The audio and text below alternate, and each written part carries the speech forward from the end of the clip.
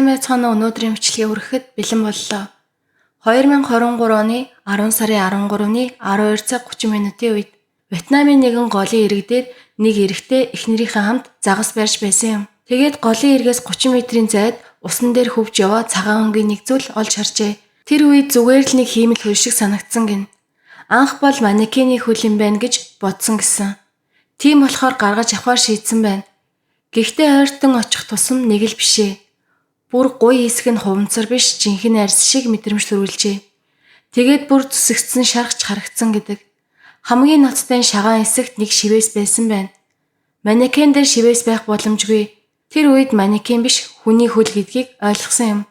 Тэгээд даруй цагдаа дудлаа өгчээ. Хүний хөл олдсон газраас 100 орчим метрийн зайд загас барьж байсан хүн гинэтхэн хүн байна, хүний толгой байна гэж хашгирсан байна. Тэр газарт эмэгтэй хүний толгой байсан бөгөөд аимшигтай байдалтай байв. Царай нь усанд дэвтэж хөөгөөд танигдахын аргагүй болсон байлаа. Нүдэн ч байхгүй. Цааш шалгахад голын ирэг дээр өвсөөр бүрхэгдсэн нэгэн газраас хүнжил олджээ. Тэр хүнжлийн иргэн тойронд ялаа шавсан байв. Хүнжил дээр 3 том чулуу дарууж тавьсан байлаа. Мөн ойролцоон цемент тасгсан уулмуур байв. Цагдаа нар чулуунуудыг холдуулж хүнжлийг сөхөхөд том цагаан хөөсөнцөр хайрцаг ил гарч ирсэн юм. Битүү скотчтой байжээ. Хайрцгийг онгойлгоход маш ивгүй, өмхийн үнэр үнэртэж эхэлсэн. Хайрцаг дотор хүний цогцос байжээ. Цогцыг толгой, бие, гар хөдөлгээд хэсэгчлээ салгасан байсан. Шүүх шинжилгээний дүгнэлтээр хохирогчийн үхлийн шалтгаан нь цус алдалт байсан бөгөөд баруун хайрганы хэсэгт утгалуулсан байв. Гэмт хэрэгтэн хохирогчийг алж хэн болохыг нь нууцлахын тулд бүх бичиг баримтыг нь авч устгасан. Мөн цогцыг хэсэг хэсгээр нь тастаад гол руу хаясан байжээ. Цагдаа нарт хамгийн том сэжүүр нь шивээс болон шар өнгийн үс байсан. Үүний дагуу тэд ойрын үед алга болсон хүмүүсийн мэдээллийг шалгаж ДНХ шинжилгээгээр хохирогчийн хэн болохыг тогтоож чадсан юм. Хохирогчийн нэр бол Хоэ Анлин. Тэр Ханой их сургуулийн оюутан. Мөн 2022 оны Вьетнамын миссийн тэмцээнд 3 дугаар байр эзэлж байсан нэгэн. Тэр үедээ ердөө 19 настай. Анлин энгийн нэгэн гэр бүлээс гаралтай. Тэр загварын тайснаас эхлээд зураг авалт гээд олон чиглэлд идэвхтэй оролцож баггуу туршлага хуримтлуулсан охин байлаа. Сайн үйлсийн ажлуудад их оролцдог. 2023 оны 2 дугаар сард тэрээр нэгэн сайн үйлсийн аянд оролцсон зургаа хувийн цахим хуудсандаа байршуулж "Миний сэтгэл хайр инэрлэр дүүрэн энэ хайраар дамжуулан бусдын сэтгэлийг хөдөлгөж чадна гэж бодож байна. Амьдрал бол хизээд талархууштай зүйл. Сайхан учрлуудыг эрхэмлэж хүндэлж явах ёстой гэж би итгэдэг" гэж бичжээ. Ийхүү эерэг хандлагатай ирээдүйтэй охин байсан тэрээр харамсалтайгаар амь насаа алдсан байна. Цагдаа нар шуурхай баг байгуулж Анлинтэй холбоотой бүх хүмүүсийг нэг нэгээр нь нарийн шалгаж эхэлсэн. Ингээд шалгаж байтал 38 настай Ши Ичин гихнэр хамгийн ихэнд сэжигтнэр тодров. Цагдаа нарын үзэж байгаагаар Анлин анх амиа алдсан газар нь Ичиний амьдардаг орон сууцны байр байх магадaltaй байлаа. Ингээд цагдаа нар Ичиний гэрлөө утсан ч тэр гэртээ байхгүй байв.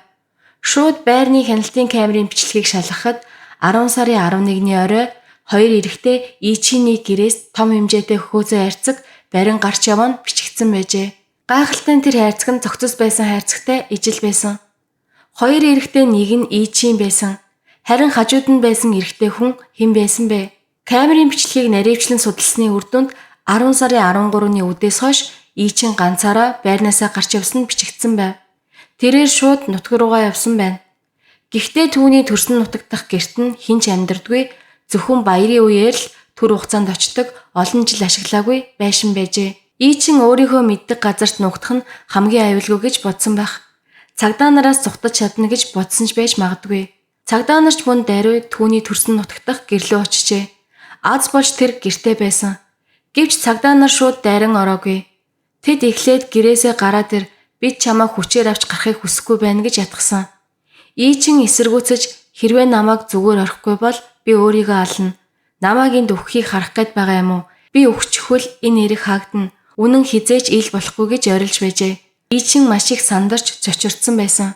Цагдаа нар түүнийг жаахан тайвшруулахын тулд түүний авга ахыг дуудаж авчирсан. Авга ах нь битгий инг гэж ятгсан ч энэ нь харин ч Ичиний сэтгэлийг улам хөдөлгөж, улам хурцдмал байдалд оруулжээ. Байдал улам хүндэрч цагдаа нар ингээд орхиж болохгүй, шууд хаалгыг эвдээ орё гэсэн шийдвэр гаргасан. Ингээд цагдаа нар аав ахыг нь үргэлжлүүлэн Ичиний анхаарлыг сарниулах зуур түүнийг баг зэрэг тайвширсан мөчид хаалгыг хүчээр эвдэн орсон байна. Цагдаа нар орж ирэх үед Ичин зочин орилж твдэж сандраад ширээн дээр байсан хутгийг авч өөрийнхөө гидс болон хүзүүгээ утгалжээ. Гэсэн ч цагдаа нар шуурхай анхны тусламж үзүүлж түүнийг эмнэлэгт хүргэсэн. Гүн шарах авсан ч амь аврагдсан байна. Түүнийг баривчлалынхаа дараа цагдаа нар байцаалд авчээ. Ингээд тэр бүгдийг ярьж эхэлсэн. Энэ бүх зүйл 2 жилийн өмнөөс эхэлсэн юм гэж тэр хэлв. Ичин хөөхөн охтыг баячуудтай уулзуулаад мөнгө авдаг зуучлагч байлаа. Тэрэнд бол охид зүгээр л нэг бараа. Хэн нь илүү хөөхөн байна, тэр нь илүү их орлого. Тэгээд нэг өдөр гудамжинд анх Анлийг харжээ. Тэр үед Анлын гэр бүлийн нөхцөл байдлаасаа болоод хувцсны модельор төр ажил хийдэг байсан. Гоо үзэсгэлэнтэй байдал нь Ичиний анхаарлыг татсан юм. Би хувцас загварын чиглэлээр ажилладаг хүн. Чи хөөрхөн юм а, боломжийн ажил санал болгомоор байна.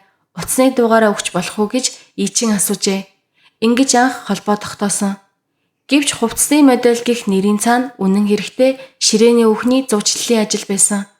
Хэд хоногийн дараа Ичин Анлинд нэг алдартай хүнийг танилцуулмаар байна гэж дууджээ.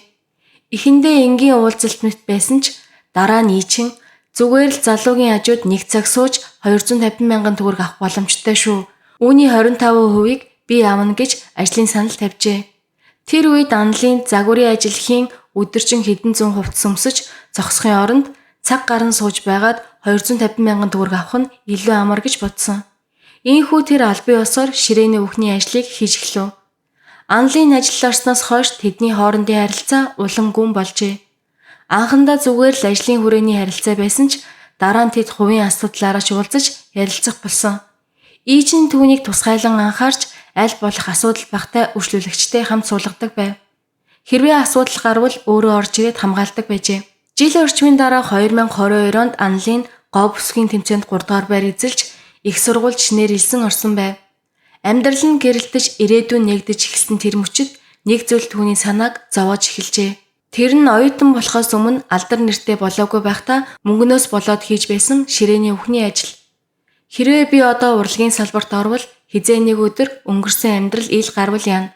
Миний нэр хүндэд асуудал үүснэ гэж бодсон тэрээр ширээний үхний ажлыг болохоо шийджээ. Гэхдээ Ичин түүнийг зүгээр явуулах хүн биш байсан. Анлын шиг хөөхөн охиныг алдахад хэтэрхий харамсалтай. Ичин чамайг хайж байгаа ирчүүд хишнээ их байгааг чи мэдэж байна уу? Чамайг зүгээр явуулна гэж бодож байна уу гэж ууртай хэлв. Тэгээд бүр гаднаа сайхан сэтгэлтэй хүн шиг ашиглаж хэрвээ чи урлагийн салбарт орё гэж байгаа бол мөнгө хэрэгтэй байгаа бидтэй. Гэтэл гэр бүл чинь чамд өгөх боломжгүй. Би зээлийгээд Монгол мөнгөөр ойролцоогоор 9 сая төгрөгтэй тэнцэх хэмжээний мөнгийг зээлүүлжээ. Үнэн дээр энэ бол түүнийг ажлаасаа гарч чадахгүй болгох өрний хавх байсан юм. Өгсөн мөнгөндөө хүү нэмж тодорхой хугацаанд эргүүлэн төлөх нөхцөл тавьсан байна. Анлын гинэ охин учраас итгээд за баярлаа гэд зөвшөөржээ.